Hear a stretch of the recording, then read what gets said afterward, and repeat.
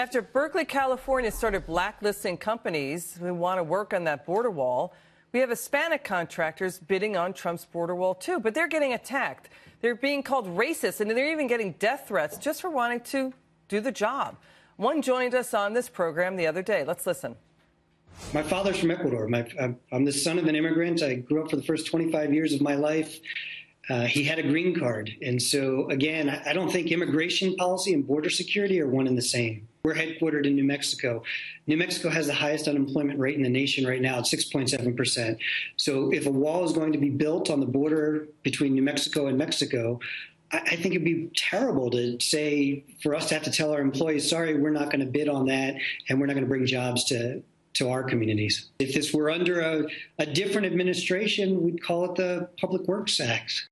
That's a good point, Public Works Act. Joining me now, former Governor of Arkansas, Mike Huckabee. All right, let's go through the numbers first, Governor. It's good to have you on the show. Thanks. It's good to see you in the studio. So 1 out of 7 bidding on the wall right now, they're Hispanic, and now they're getting attacked as being racist. Well, this is absurd. It's like if you build a church, but you don't particularly believe in the doctrine of the church, what are you supposed to do? Let your people go without jobs? That's nuts. Look, America is a place where if you're in the business of building, you get a contract and you build. That doesn't mean you have to wear the dresses in the dress shop that you built. It doesn't mean that you have to eat the food in the restaurant that you built.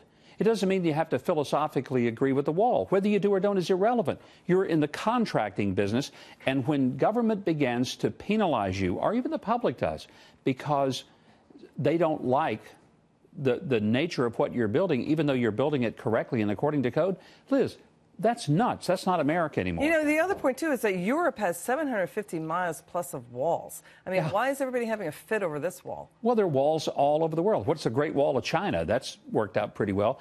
I've flown the entire security wall of Israel, and before that wall was built, and they've been condemned for it, but before that wall was built, they had 1,000 suicide bombers a year. After the wall was built, they had zero. Zero. So, when people say walls don't work, well, yes, they do.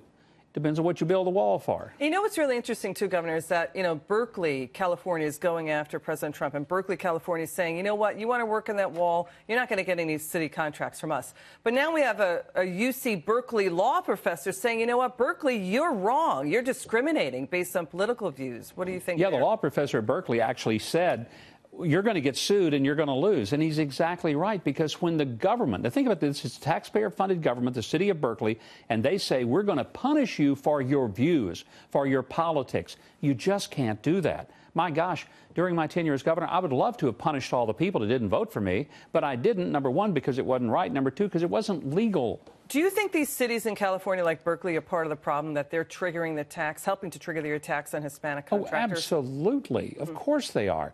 And they ought to be delighted that people are going to work in America and having jobs. That ought to be what gives everybody a tingle up their leg. Oh, you said that, didn't you? You're quoting Chris Matthews, aren't you? All right, so, I'd like to move on to this story. Remember the story about, celebrities wanting to move to Canada right after Trump won? Now you have the Canadians saying, wait a second, we need to put the army at the border, and we're going to deny refugees any court hearings whatsoever. Canadians are cracking down harder than the U.S. is on refugees flooding into their country over the border. And the main thing they're worried about is Hollywood celebrities crossing the border and becoming Canadians. Now, it's interesting. You would build a wall for that, wouldn't you? I find it interesting. This is like the balloon. If you take a balloon and squeeze it where you squeeze the air out, it goes to a different part of the balloon. Yeah. Look, that's what immigration policy does. When you get serious about controlling your borders and you squeeze the balloon on your end, the air is going to go other places, and that's what we're seeing. Don't you know, isn't it interesting, rather, that the Justin Trudeau administration has been attacking Americans for being, concerned about border security, given the terrorist attacks here.